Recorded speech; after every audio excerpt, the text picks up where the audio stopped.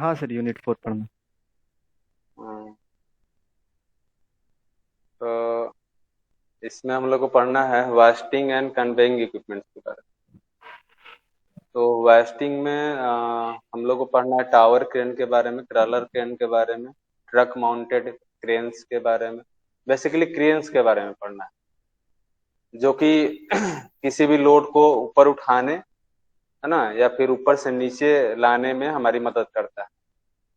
ये somehow horizontal movement में भी किसी भी लोड को मदद करता है एक प्लेस से दूसरे प्लेस तक रखने में।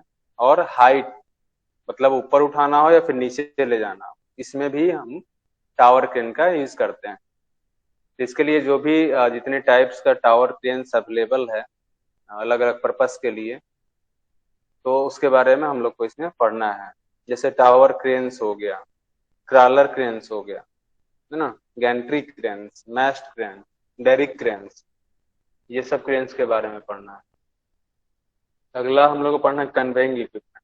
तो आज हम लोग सिर्फ और सिर्फ फास्टनिंग इक्विपमेंट देखेंगे कि टावर क्रेन्स क्या है, क्रॉलर क्रेन्स क्या है।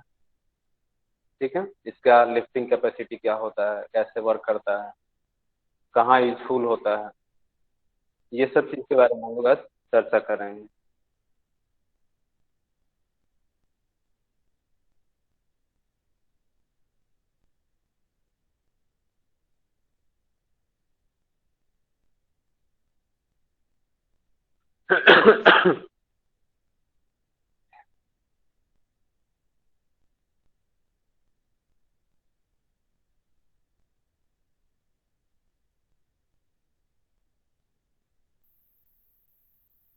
तो स्टार्ट करते हैं फास्टिंग इक्विपमेंट से, है ना।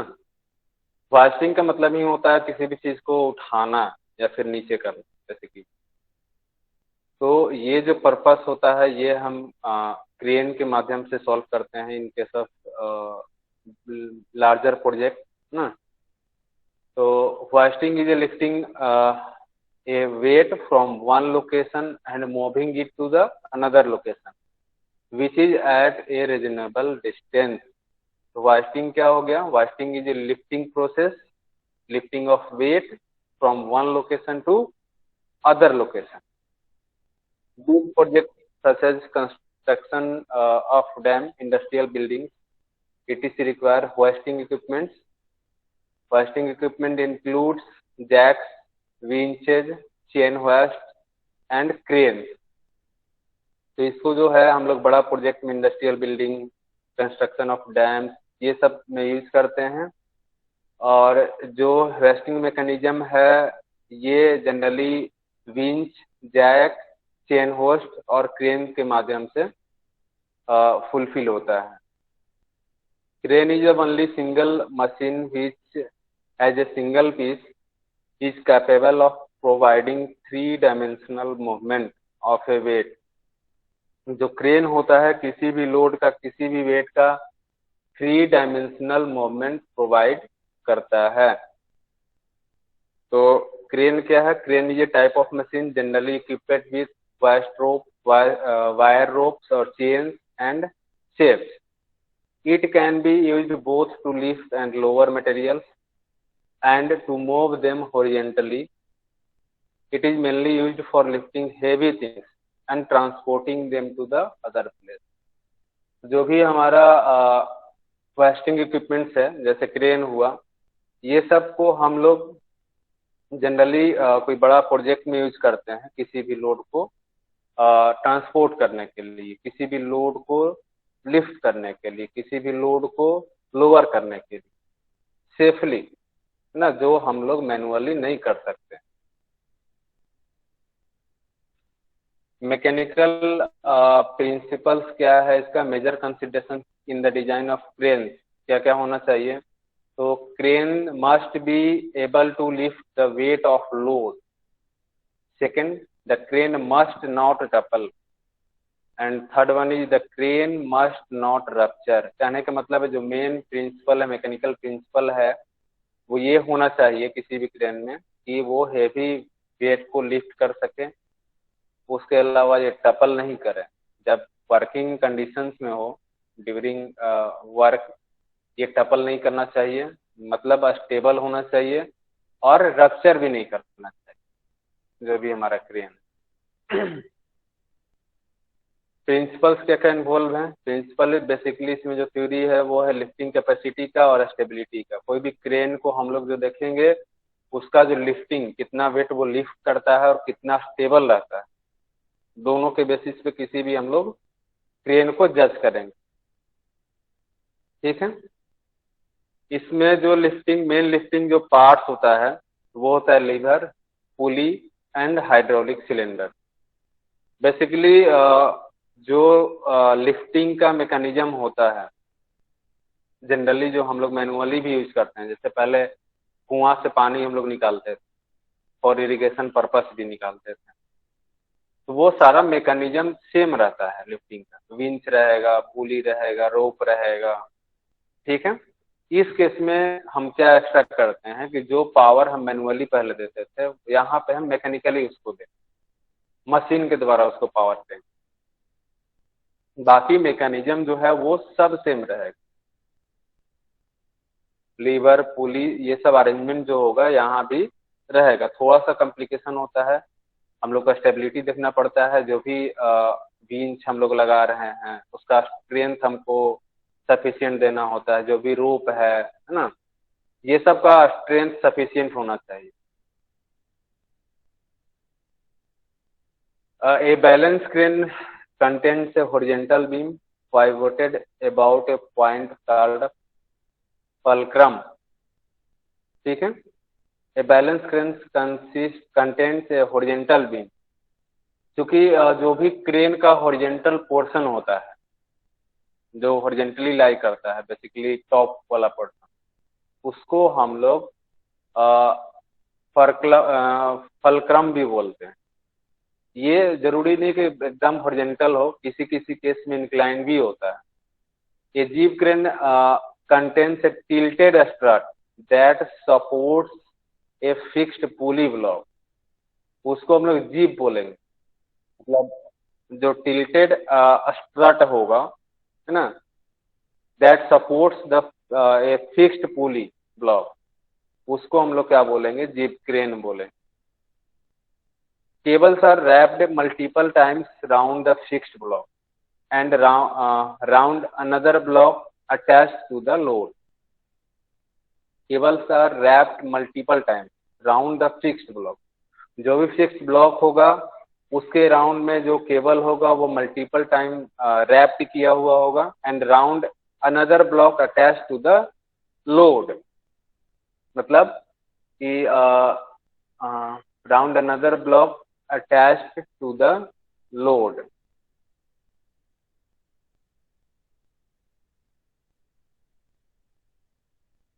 Attached to the load multiple times round the fixed block and round another block attached to the load.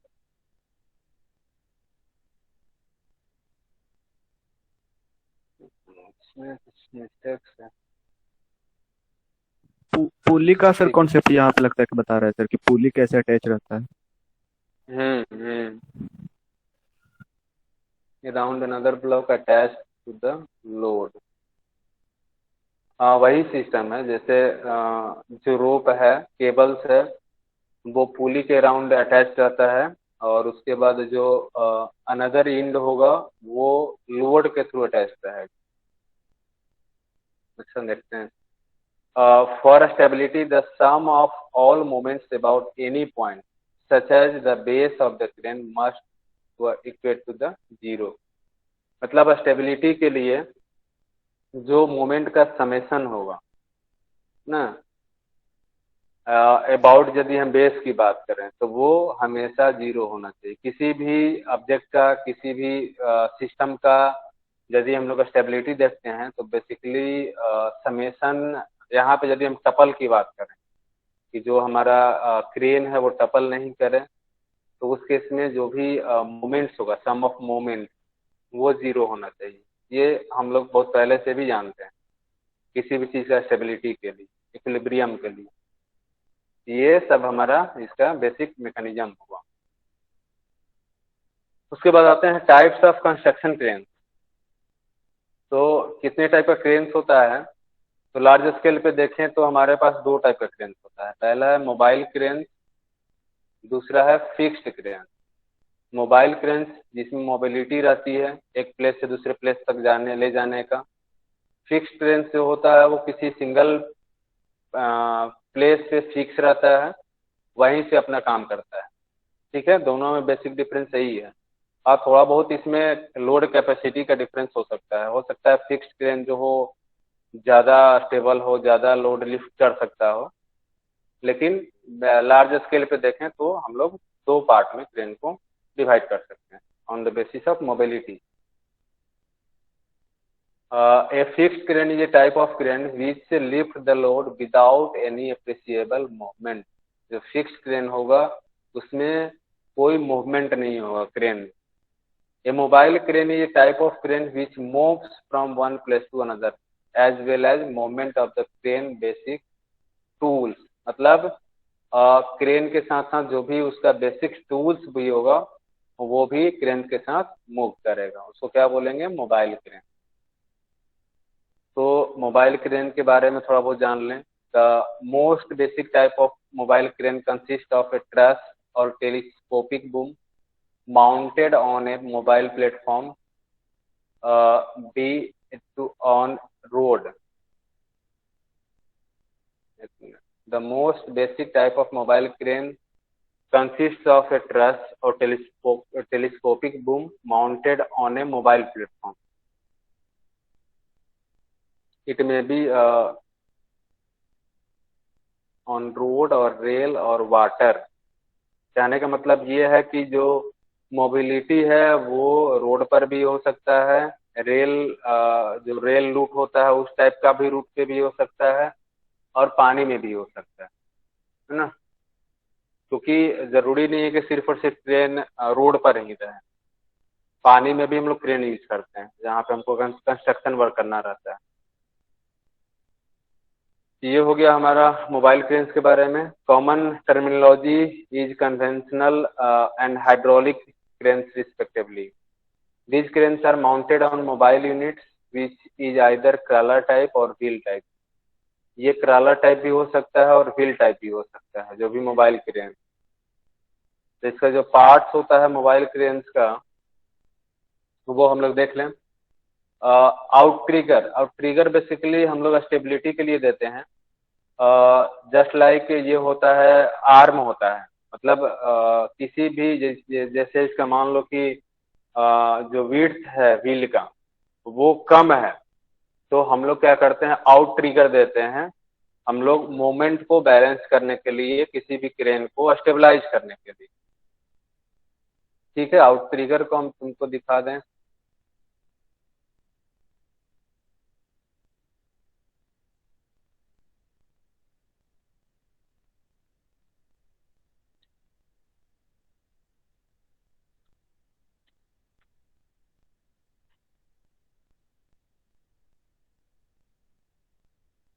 ये लेफ्ट, और देखो ये जो हुआ हमारा आउट ट्रिगर हो जाएगा।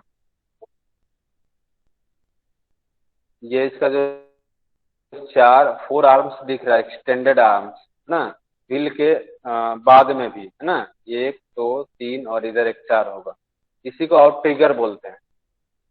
ये स्टेबिलिटी, किसी भी क्रेन का स्टेबिलिटी इंक्रीज कराता है। ठीक है, आउट ट्रिगर समझ में आ गया? हाँ समझ गए सर। देखो यहाँ पे भी दिया हुआ है, यहाँ पे भी दिया हुआ है।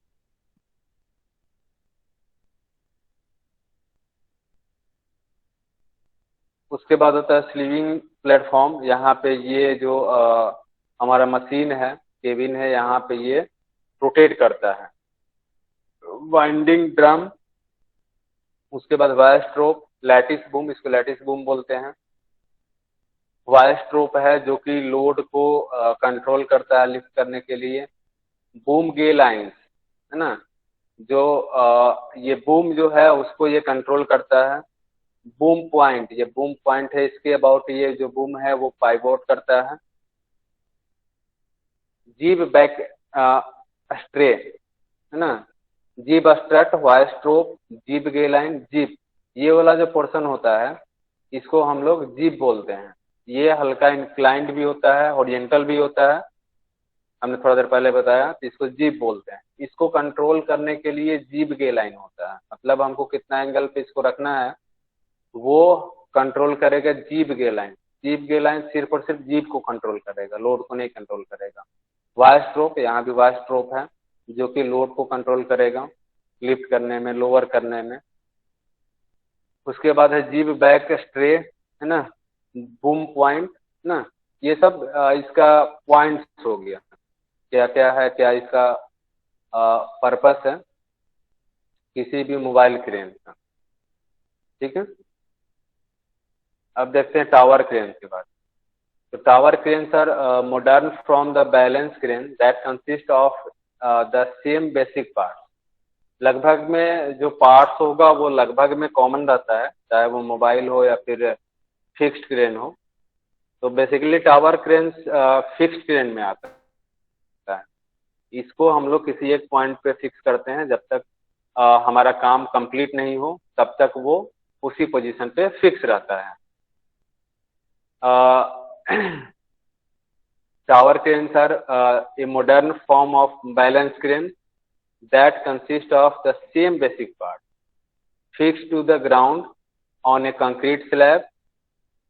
Na, tower cranes often gives the best combination of height and lifting capacity and are used in construction of tall buildings। ये बेसिकली हाई राइज बिल्डिंग के कंस्ट्रक्शन में जनरली यूज होता है। इसका कैपेसिटी भी बढ़िया रहता है, lifting capacity compare to mobile cranes ना, स्टेबिलिटी भी बेटर रहता है। तो हम लोग हाई राइज बिल्डिंग में इसका यूज करते हैं। फिक्स टू द ग्राउंड, ये फिक्स रहेगा ग्राउंड से। Horizontal boom is balanced symmetrically. Short arm carries A counter wait of concrete blocks, long arm carries the lifting gear। इसका जो शॉर्ट आर्म जो होगा, देखो टावर के ये है ना, इसमें जो है ये मैस्ट सेक्शन है ये वाला। उसके बाद ये हमारे पास जो हमने बताया लोअर आर्म, ये आर्म हो गया। जो जिसका लेंथ कम होगा उसको लोअर आर्म बोलेंगे, और ये हमारा हो गया लॉन्गर आर्म हो गया, जिस पर कि हमारा वेट जो है वो ट्रैवल करता है।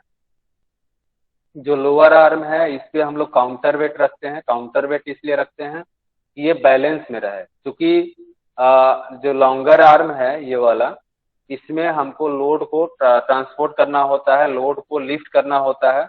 उसका लोड का horizontal and vertical movement longer arm के थ्रू ही पॉसिबल होता है। तो इसको मोमेंटली हमको बैलेंस करने के लिए क्या करते हैं हम कि शॉर्टर आर्म में हम लोग काउंटर वेट प्रोवाइड करते हैं। यहाँ पे इस काउंटर वेट को हम लोग मूव भी करा सकते हैं depending upon the load on the longer arm. ठीक है, या फिर मोमेंट जो भी हमको इस रीजन में क्रिएट होगा उसके बेसिस पे हम लोग काउंटर वेट को भी शिफ्ट करते हैं टुवार्ड्स द स्लीविंग यूनिट। उसके बाद हम लोग देख लेते हैं कंपोनेंट का। इसका कौन कौन सा कंपोनेंट होगा। पहला है moist, the main supporting tower of A crane. जो मैस्ट होता है वो मेन सपोर्टिंग टावर होता है किसी क्रेन का। It is made of a steel truss section that are connected together during installation. यह स्टील ट्रस होता है जो एक दूसरे के साथ कनेक्टेड रहता है। अगला है slewing unit. The slewing unit seats at the top of the mast. This is the engine that enables the crane to rotate. अब स्लीविंग यूनिट जो होता है यहाँ पे रहता है ना, जो कि मैस्ट के टॉप मोस्ट पोर्शन पे बेसिकली ऑपरेटर केबिन जो होता है, सॉरी यहाँ पे मतलब मैस्ट के सबसे टॉप पोर्शन पे हम लोग इसको लगाते हैं। ठीक है, ये क्या करता है कि ये रोटेट करवाता है किसी भी क्रेन को। यदि हमको इसको रोटेट करवाना हो तो यही यूनिट जो होता है वो रोटेशन के लिए रिस्पॉन्सिबल होता है। यहाँ पे कुछ मशीन्स भी लगा हुआ रहता है जो कि इसको कंट्रोल करता है। operating cabin, the operating cabin sits just above the sleeving unit. जो स्लीविंग यूनिट्स है उसके ऊपर हम लोग ऑपरेटिंग केबिन लगाते हैं. It contains the operating controls. ये क्या करता है कि जो भी हमको काम करना है, कितना रोटेशन देना है, नहीं देना है, लिफ्ट कराना है, ये ट्रॉली को कंट्रोल करता है. उसके अलावा हमारा लॉन्ग और शॉर्ट जो आर्म होता है उसके ऊपर जो वेट होता है उसको भी सारा कंट्रोल करता है. Jib. The jib or operating arm extends horizontally from the crane. A luffing jib is able to move up and down. A fixed jib has a rolling trolley that runs along the underside to move goods horizontally. Jib basically horizontal जो arm होता है इसी को हम लोग jeep बोलते हैं. ठीक है, ये काउंटर जीप हो गया. जो ये शॉर्टर स्पैन हो गया ये काउंटर जीप, और ये लॉन्गर स्पैन हो जाता है जिसपे हम लोग लोड को शिफ्ट कराते हैं, ट्रांसफर कराते हैं, लिफ्ट कराते हैं. ये भी अलग अलग टाइप का होता है. लफिंग जीप होता है, उसके अलावा फिक्स्ड जीप होता है, और भी बहुत सारा टाइप का जीप होता है. काउंटर जीप जो जिस पर कि हम लोग काउंटर वेट करते हैं. और उसके बाद है अगला कंपोनेंट है vast unit. The vast unit houses the vast drum, vast cable, gear box, gear shift, brake and supporting components. Basically vast unit जो होता है वो vast drum, vast cable, gear box, gear shift, brake and supporting components को contain करता है. उसके बाद है हुक.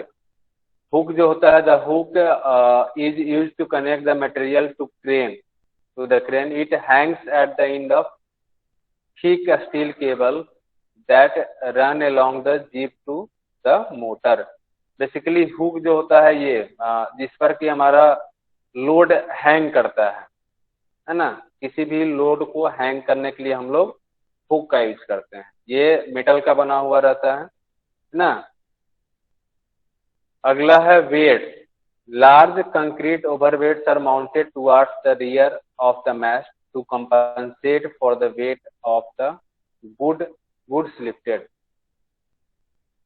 जो वेट यहाँ कहने का मतलब बेसिकली काउंटर वेट है जनरली, जो कि हम लोग प्रोवाइड करते हैं शॉर्ट स्पैन में काउंटर जीप पे, है ना, जो कि बैलेंस करता है, किसी भी क्रेन को बैलेंस करने में मदद करता है. और ये जो भी वेट हमारा लॉन्गर स्पैन में आता है उसको कंपनसेट करने के लिए हम लोग यहाँ प्रोवाइड करते हैं. Common dimensions and capacity. क्या क्या इसका डायमेंशन और कैपेसिटी हो सकता है. तो जीप का जो लेंथ हो सकता है वो 100 से 270 फीट तक हो सकता है. मैस्ट सेक्शन का जो लेंथ हो सकता है वो 10 से 20 फीट हो सकता है. बेस का डायमेंशन जो हो सकता है वो 13 बाई 13 फीट से 27 बाई 27 फीट स्क्वायर बेसिकली हो सकता है.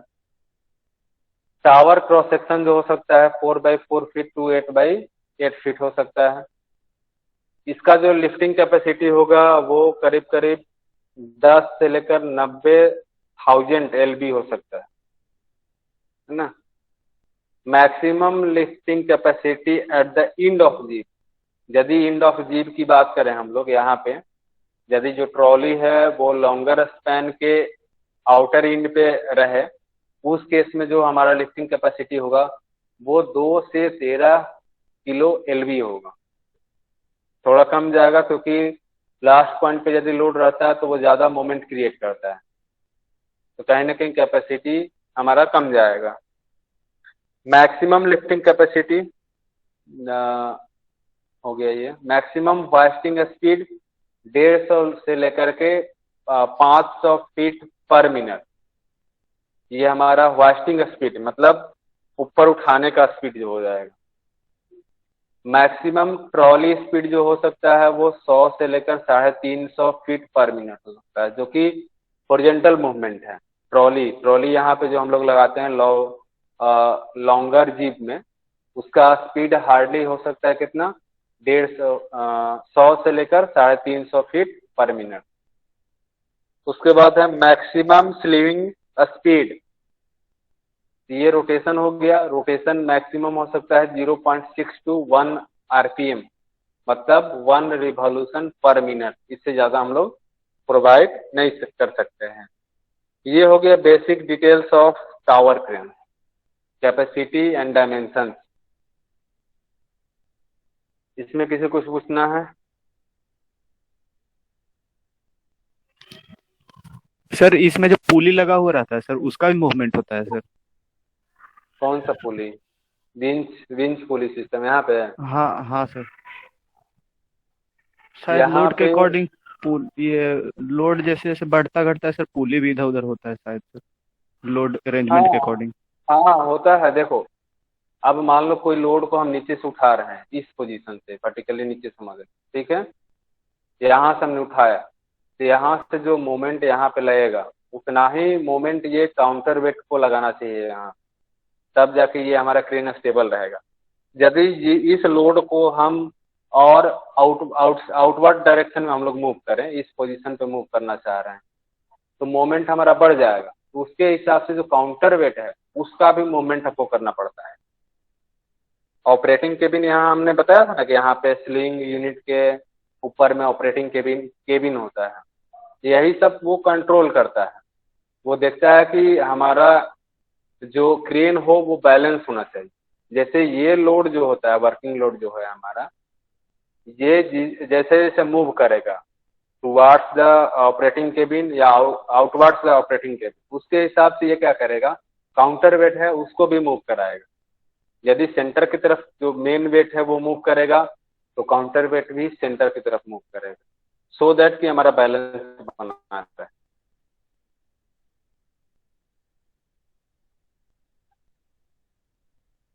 क्या हाँ कुछ समझ गए अलग सर। पूछ रहा था या फिर यही पूछ रहा ना था? नहीं नहीं, यही पूछ रहे थे सर।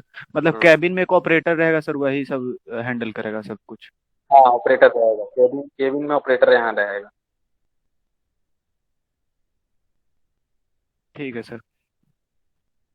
उसके बाद है क्रॉलर क्रेन।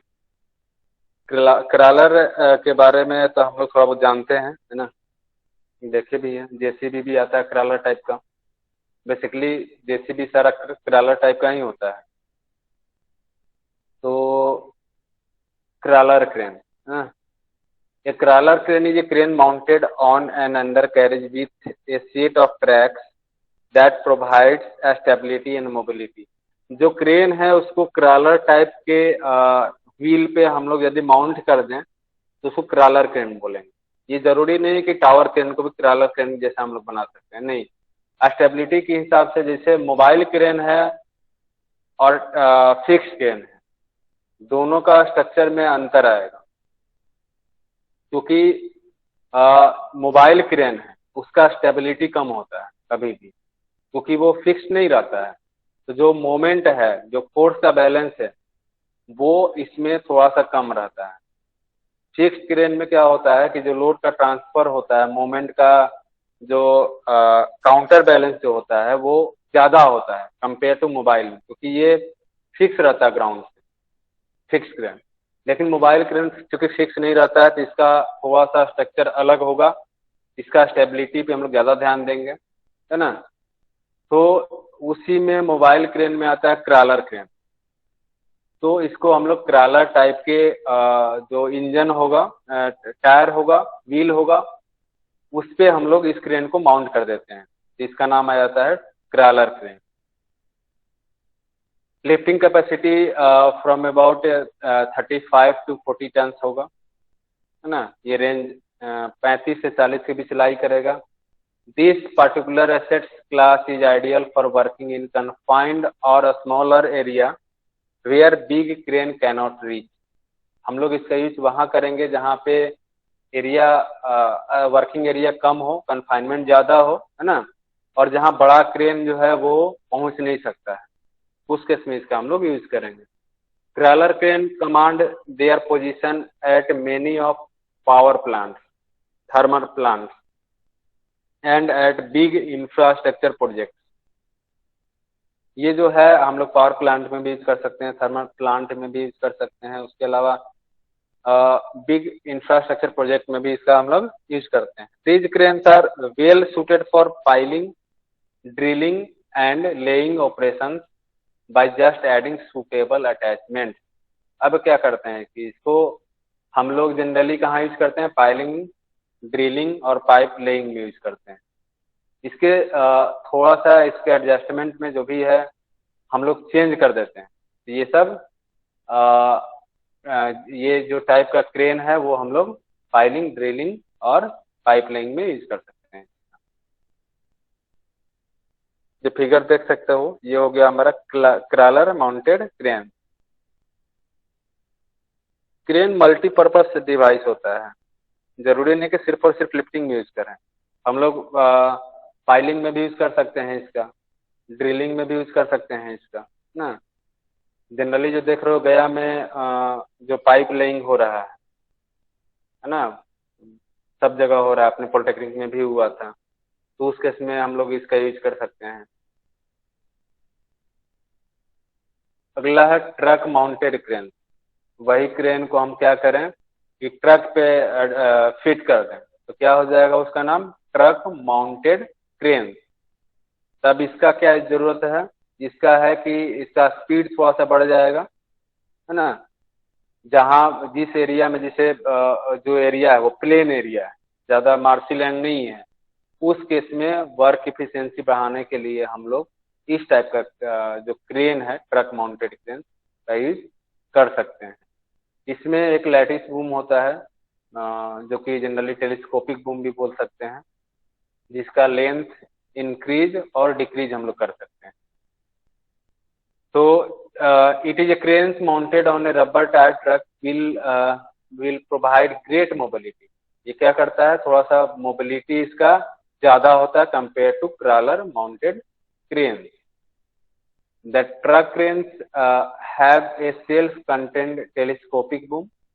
जिसका अपना एक सेल्फ कंटेंट टेलीस्कोपिक बूम होता है, जिसको कि हम लोग जिसका लेंथ हम लोग इंक्रीज और डिक्रीज कर सकते हैं. In case of larger machines the weight of the out triggered vehicles may reach 40 feet. जहां पर स्टेबिलिटी की बात आएगी, स्टेबिलिटी कम हो रहा होगा ट्रक का, तो उस केस में हम लोग आउट ट्रिगर यूज कर सकते हैं, जिसका कि लेंथ 40 फीट तक जा सकता है. ये समझ में आ रहा है आउट ट्रिगर. देखो इसका स्टेबिलिटी कभी भी रहेगा तो क्रॉलर माउंटेड क्रेन्स की तुलना में कम रहेगा. यदि कम है इसका स्टेबिलिटी, किसी साइड पे बढ़ाना है, तो हम लोग क्या करते हैं, आउट ट्रिगर इसमें यूज कर लेते हैं, जिसमें उसका आउट ट्रिगर लेंथ जो होगा वो करीब करीब 40 फीट तक हो सकता है जरूरत के हिसाब से.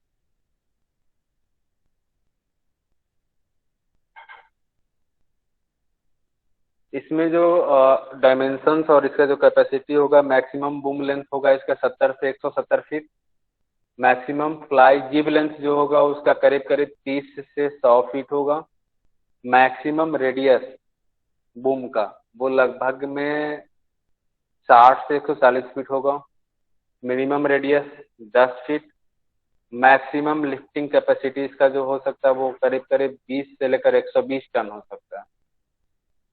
मैक्सिमम ट्रैवल स्पीड जो होगा वो 40 से 70 MPH होगा, मीटर पर आवर, है ना. माइल होगा sir, mile per hour. Mile, हाँ सॉरी, माइल पर आवर होगा.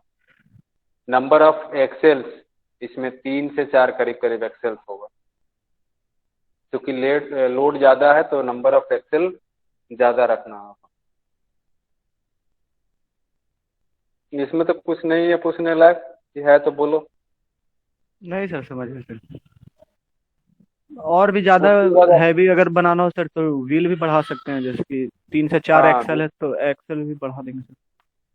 नहीं, व्हील ज्यादा बढ़ाना यहाँ पे प्रॉफिटेबल नहीं होगा ना, कहीं ना कहीं तो मतलब आउट कॉस्टली ट्रिगर होगा. कहीं यूज कर लेंगे हाँ, अगर बस करना हो. वो सबसे आसान चीज है. हम्म. स्टेबिलिटी हमको साइट पे जहाँ पे काम करना है वहीं पे देखना है. तो वो जो साइट है वो अनडुलेटिंग एरिया हो सकता है, बराबर नहीं हो सकता है, तो व्हील लगाना हमेशा स्टेबिलिटी नहीं बढ़ाएगा। यदि वो एरिया सही में प्लेन नहीं हो तो व्हील वहां पे स्टेबिलिटी बढ़ा पाएगा? नहीं सर। सर नहीं बढ़ा। जेसीबी में जो दो साइड से निकलता है सर, पीछे वाला टायर के पास, वो ट्रिगर जैसा काम करता है क्या सर? हाँ, आउट्रिगर जैसा काम करता है। ओ, जो भी मशीन बनाया जा रहा है आजकल मल्टीपर्पस हो जा रहा है, देख रहे हो ना। कोई कोई गाड़ी में इंजन ऐसे बनाया जा रहा है कि उसका मतलब फॉरवर्ड डायरेक्शन मूवमेंट अलग काम करेगा, बैकवर्ड डायरेक्शन मूवमेंट उसका अलग काम करेगा। हाँ सर, कल तो देख रहे थे सर कि जैसे बाजार समिति में सर रोड बना रहा है, तो जेसीबी से ही पूरा रोलिंग वगैरह भी किए हुए हैं इधर के। पता नहीं। ओ, रोलिंग भी कर देता है। प्लेन तो पहले किया सर, कंपैक्ट। आगे। हाँ, उसको पहले लेवल में कर दिया सर, जो आगे वाला रहता है ना उसको, और उसके बाद पहले प्लेन हाँ किया। उसके बाद हाँ। उसी से रोलर जैसा करवा रहा है काम। मतलब बार बार राउंडिंग कर रहा था, तो हमको लगा कि रोलर का काम करवा रहा है।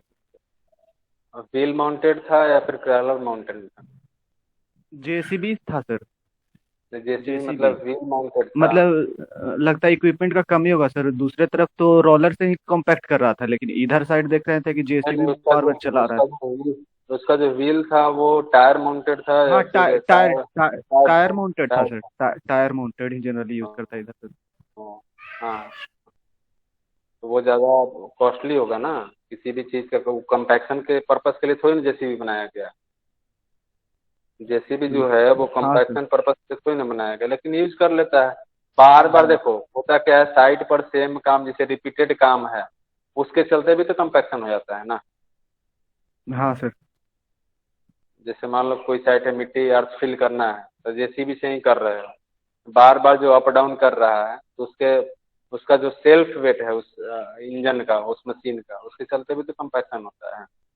थोड़ा सा हाँ बचा सर, हुआ उससे होगा भी। तो वो लोग उसी से निपटा लिया होगा, अलग से मशीन क्यों बुलाना। हम्म। Gantry crane. गैंट्री क्रेन से ये जनरली इंडस्ट्रियल एरिया में यूज होता है।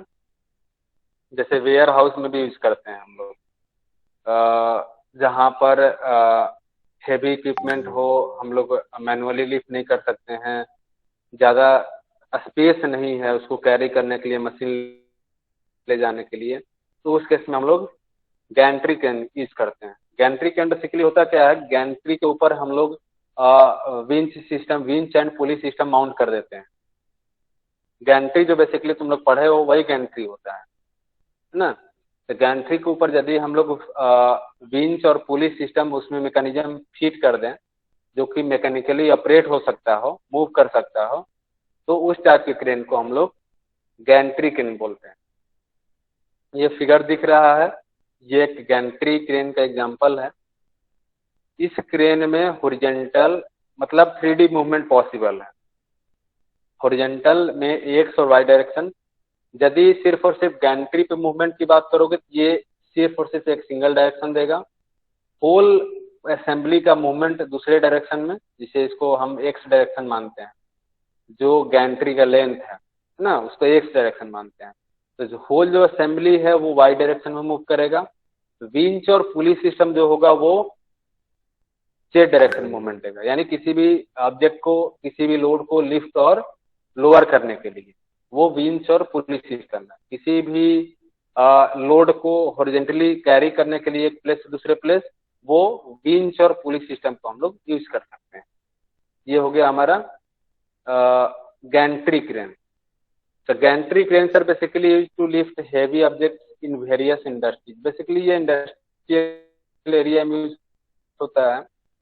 जैसे मान लो कि कोई भी चीज का, कोई भी मशीन का लोडिंग अनलोडिंग करना है फ्रिक्वेंटली, तो उस केस में हम लोग इसका यूज कर सकते हैं।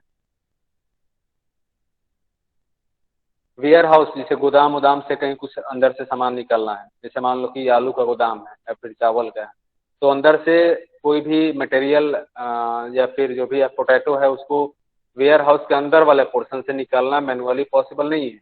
उस केस में यदि हम अरेंजमेंट गैंट्री क्रेन का किए हुए हैं तो हम लोग बेटर वे में उस जो भी हमारा वहाँ पे आइटम रखा हुआ है उसका हम लोग मैनेजमेंट बेटर वे में कर सकते हैं, ट्रांसपोर्टेशन बेटर वे में कर सकते हैं। ये इंडस्ट्री में यूज होता है, वेयर हाउस में भी यूज होता है। They are built atop a gantry which is a work space where you can straddle an object ना, मतलब ये गैंट्री के ऊपर अरेंजमेंट बनाया हुआ रहता है जिसको कि विंच एंड पुली सिस्टम हम लोग बोलते हैं, किसी भी गैंट्री के ऊपर। Gantry cranes are known as portal cranes, referring portal to the empty space straddled by gantry. Gantry cranes lift the load using a hoist that is connected on the horizontal beam or girder. The beam is supported by pillar at both sides, and the hoist can carry objects from one end of the beam to the another end. The cranes are provided with wheels or rails at the rails that can help to move it to the different locations। कहने का मतलब ये है कि winch and pulley system जो हमने बताया, ये एक डायरेक्शन को का मूवमेंट कंट्रोल करेगा। होल असेंबली यहाँ पे जो है, जो इसका पिलर्स है, पायर्स है, जो भी इसका लेग्स है, इसके लेग्स के बॉटम रीजन में भी व्हील हम यदि लगा दें तो इसका एक और मूवमेंट हमको पॉसिबल होगा। ठीक है, ये एक छोटा सा एग्जांपल हो गया। ये बहुत सारा टाइप का होता है, जैसे फिक्स्ड हाइट क्रेन हो गया जिसका कि हाइट फिक्स होगा, सिंगल गर्डर क्रेन हो गया जिसमें गर्डर जो होगा वो सिंगल आर्म होगा। उसके अलावा कैंटिलीवर क्रेन हो सकता है जिसमें कि जो गर्डर होगा वो कैंटिलीवर टाइप का होगा। उसके अलावा रेल माउंटेड क्रेन हो सकता है, इसके ऊपर यदि हम रेल, जो ट्रेन वाला रूट जो हम लोग रेल देखते हैं उस टाइप का यदि हमारे पास अरेंजमेंट है तो उसको रेल माउंटेड क्रेन बोलेंगे, गैंट्री क्रेन। उसके बाद आता है एडजस्टेबल हाइट क्रेन जिसका कि हाइट हम लोग एडजस्ट कर सकते हैं। जैसे फिक्स्ड हाइट क्रेन है तो इसका हाइट फिक्स्ड रहेगा, लेकिन यदि एडजस्टेबल हाइट क्रेन है तो उसका हाइट हम लोग एडजस्ट कर सकते हैं, कम कर सकते हैं, ज्यादा कर सकते हैं। There are various types of gantry cranes, है ना, available, out of which certain types are capable of lifting the heaviest load, while some types are used for tasks such as lifting engines out of vehicle। इसमें से जो है कुछ कुछ बड़ा काम भी परफॉर्म करता है, मतलब ज्यादा हेवी लोड को लिफ्ट करने के लिए भी यूज करते हैं, है ना। Here are some basic types of gantry crane. वही टाइप्स जो हमने बताया वही टाइप है। फिक्स्ड हाइट क्रेन जिसका कि हाइट फिक्स होगा, एडजस्टेबल हाइट जिसका कि हाइट एडजस्ट कर सकते हैं हम लोग, सिंगल गर्डर जिसमें जो गर्डर होगा वो सिंगल होगा, डबल गर्डर जिसमें गर्डर जो होगा डबल होगा, डबल गर्डर का वो गर्डर होगा। उसके अलावा रेल माउंटेड और कैंटिलीवर क्रेन। ये इसका टाइप हो गया, कितने टाइप में ये बना सकते हैं।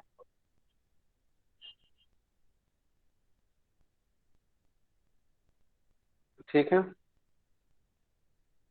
अगला है मैस्ट और टावर, है ना। मैस्ट बेसिकली मैस्ट ये एक टाइप का टावर, ये क्रेन नहीं होता है, ये क्रेन का एक कंपोनेंट होता है जो कि किसी भी टावर के हाइट को कंट्रोल करता है। किसी भी टावर क्रेन के हाइट को यदि हमको बढ़ाना है तो मास्ट के लेंथ को हम लोग यदि इंक्रीज करा दें तो उसका हाइट इंक्रीज कर जाएगा।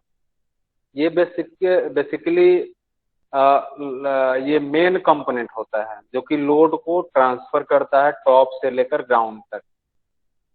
The mast is connected to the base and it is the supporting structure that gives the crane its height. Crane को ये हाइट प्रोवाइड करता है। यदि हम किसी क्रेन के हाइट को इंक्रीज कराना है तो उसको सिंपली हम मास्ट के हाइट को हम लोग इंक्रीज कराते हैं। The mast has a large triangulated lattice structure which gives the crane its strength। जो मास्ट होता है वो बेसिकली ब्रेस्ड होता है, ट्रायंगुलेटेड लैटिस स्ट्रक्चर इसका होता है जो कि इसको स्ट्रेंथ प्रोवाइड करता है। जितना भी वर्टिकल लोड है वो इसी के थ्रू ट्रांसफर होता है। ये बेसिकली इसको कह सकते हैं हम लोग कि ये जो स्पाइन हमारा होता है, रीढ़ की हड्डी, वो क्रेन का रीढ़ की हड्डी होता है। अगला ये देखो, ये सर्कल किया हुआ है, उसी को हम लोग क्या बोलते हैं, मैस्ट बोलते हैं। अगला है derrick crane. Derrick crane is a specific style of lifting machine. Basically derrick crane जो है वो बहुत पुराना क्रेन है, बहुत पहले से हम लोग यूज करते आ रहे हैं। इसी का सारा मॉडिफाइड वर्जन है, जैसे टावर क्रेन हो गया। तो ये जो डेरिक क्रेन है ये भी हेवी वेट को लिफ्ट करने के लिए यूज करते हैं। और ये बेसिकली हम लोग इसका यूज करते हैं पोर्ट पे, या फिर किसी कंस्ट्रक्शन साइट जहाँ पे, या फिर जहाँ पे हम लोग बड़ा बड़ा माइंस है, माइंस से जो बड़ा बड़ा पत्थर है, कोल है, उसको ट्रक में लोड करने के लिए, उसको रेल ट्रेन पे लोड करने के लिए हम लोग इसका यूज करते हैं। तो ये इसका मोबिलिटी, जो डेरिक क्रेन है इसका मोबिलिटी बहुत कम होता है, ना के बराबर होता है। हाँ, इसमें रोटेशंस पॉसिबल है कुछ हद तक, ये रोटेट कर सकता है, लेकिन इसका जो भी आर्म है वो, उसका एंगल चेंज नहीं हो सकता है, वो जनरली फिक्स होता है। तो this crane is composed of a tower that pivots at the base, but it is unable to actually bend, है ना, ये बेंड करने में अनेबल होता है। The tower is connected to 4 lines. These lines work independently of one another, allowing the crane tower to move freely in any direction. वही बात है कि इसको हम लोग बेंड नहीं करा सकते हैं, लेकिन ये मूवमेंट कर सकता है, किसी पॉइंट के अबाउट हल्का सा रोटेशन कर सकता है। A single fifth line hangs over the end of the tower and has a hook on the end. This line moves up and down and hooks into the item. कहने का मतलब ये है कि ये जो the tower is connected to 4 line, जो भी टावर है, top portions of the mast, these are connected to the 4 lines. These lines work independently of one another. जो भी लाइंस होगा वो उसका अपना अपना अलग अलग काम होगा, allowing the crane tower to move freely in any direction, है ना। जो क्रेन टावर होगा, डेरिक क्रेन, उसको किसी भी डायरेक्शन में फ्रीली मूवमेंट प्रोवाइड करता है। इसका हम लोग एक वीडियो देखते हैं।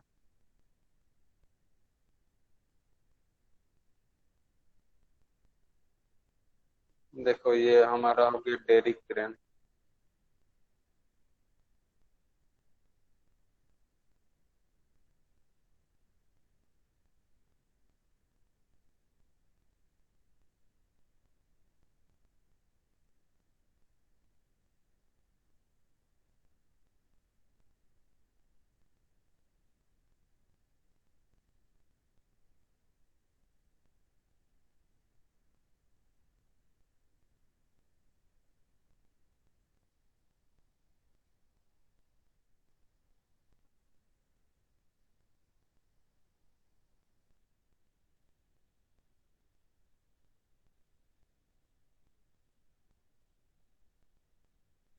वीडियो देख रहा है ना?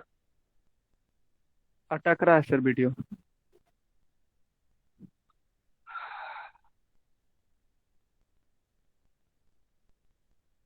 नेट का प्रॉब्लम होगा।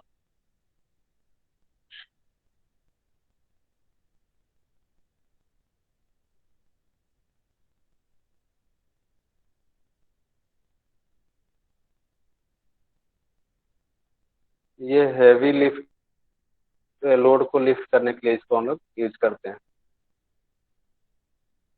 बड़ा बड़ा पत्थर है, उसको ट्रक पे लोड करने के लिए।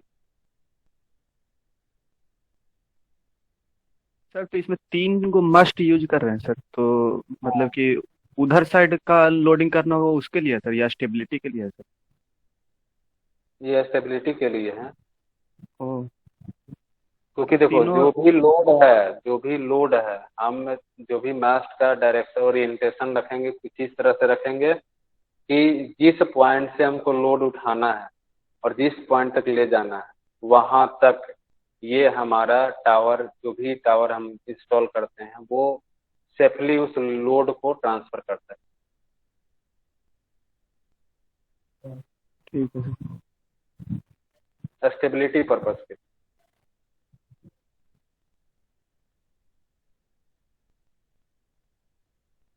स्टेबल रहना भी तो जरूरी है ना।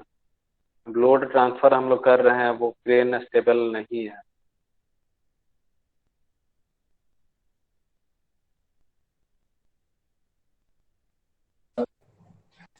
ठीक है, बोलो, कुछ बोल रहा था कुंदन। नहीं सर, नहीं कुछ पता नहीं। हाँ, देखो, इंस्टॉलेशन जो है कुछ इस तरह से करते हैं। देखो, क्रेन।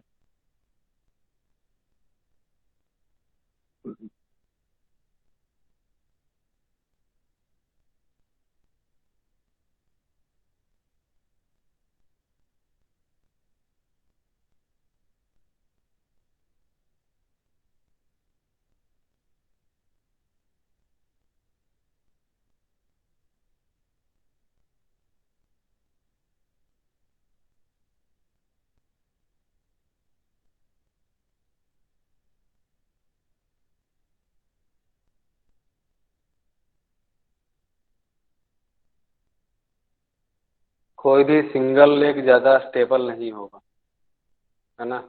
यदि किसी भी सिंगल लेग को एक प्लेस पे इंस्टॉल करते हो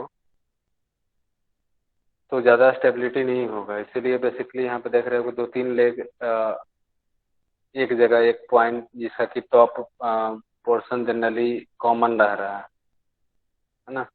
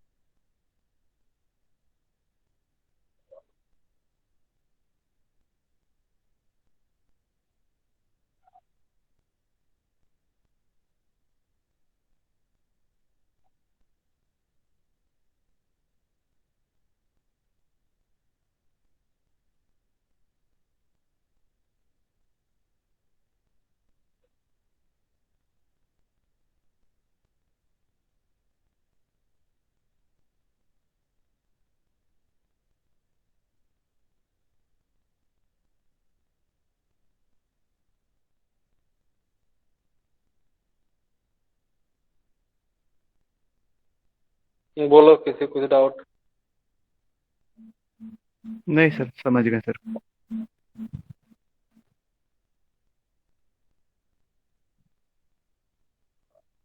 गैंट्री क्रेन भी कुछ इसी तरह का होता है।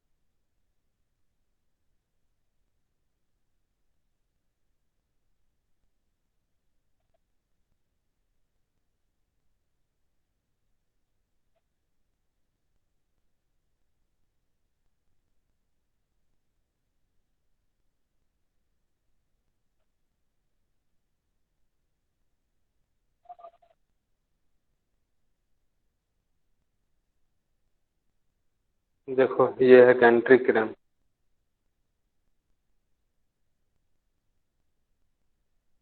ये रेल माउंटेड है। यहाँ पे दिख रहा है ना, यहाँ पे व्हील लगा हुआ है। हाँ हाँ सर, रेल। यहाँ पे रेल रोड है। हम्म, हाँ, ये रेल माउंटेड है। इसको हम लोग पोल असेंबली को दूसरे पोजीशन पे भी शिफ्ट कर सकते हैं।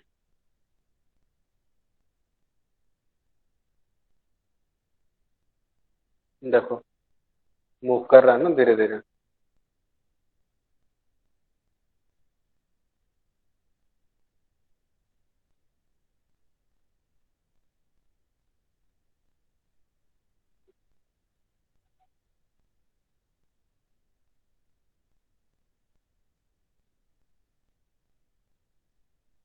ये किसी भी आइटम को स्टॉक कर रहा है एक एक दूसरे के ऊपर।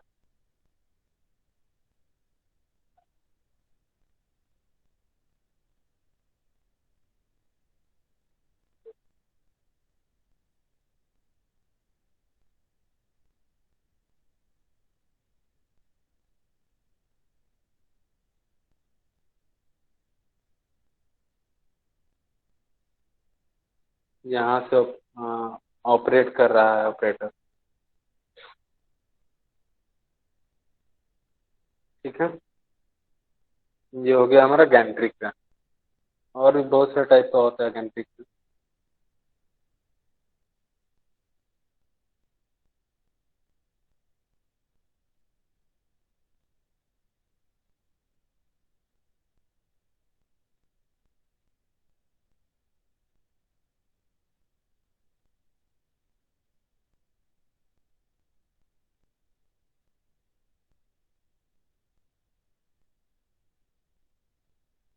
तो किसी को कुछ डाउट है तो बोलो, नहीं तो फिर अटेंडेंस ले लें।